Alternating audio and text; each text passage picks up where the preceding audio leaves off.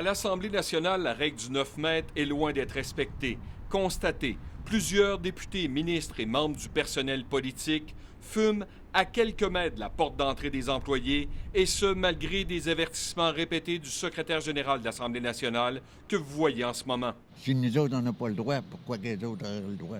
Ça, c'est pas correct. Donne pas l'exemple. Depuis le renforcement de la sécurité à l'Assemblée nationale, le fumoir qui était situé à proximité du Parlement a été démoli. Personnellement, je suis pas un fumeur, mais je sais que c'est une mauvaise habitude qu'on a pris, que plusieurs ont pris à l'Assemblée nationale du Québec. La loi, c'est la loi, comme on dit, on doit respecter la loi.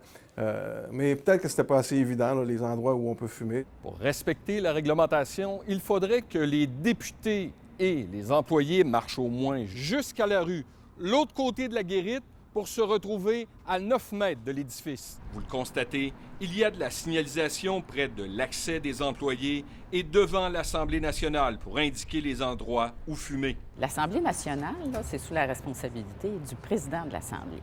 Alors, évidemment, il va y avoir une démarche qui va être faite là, pour que ce soit respecté. Moi, je suis membre du bureau de l'Assemblée nationale. C'est clair que je vais passer le message aussi. Fumer à moins de 9 mètres peut valoir une amende allant de 250 à 1500 $ en cas de récidive.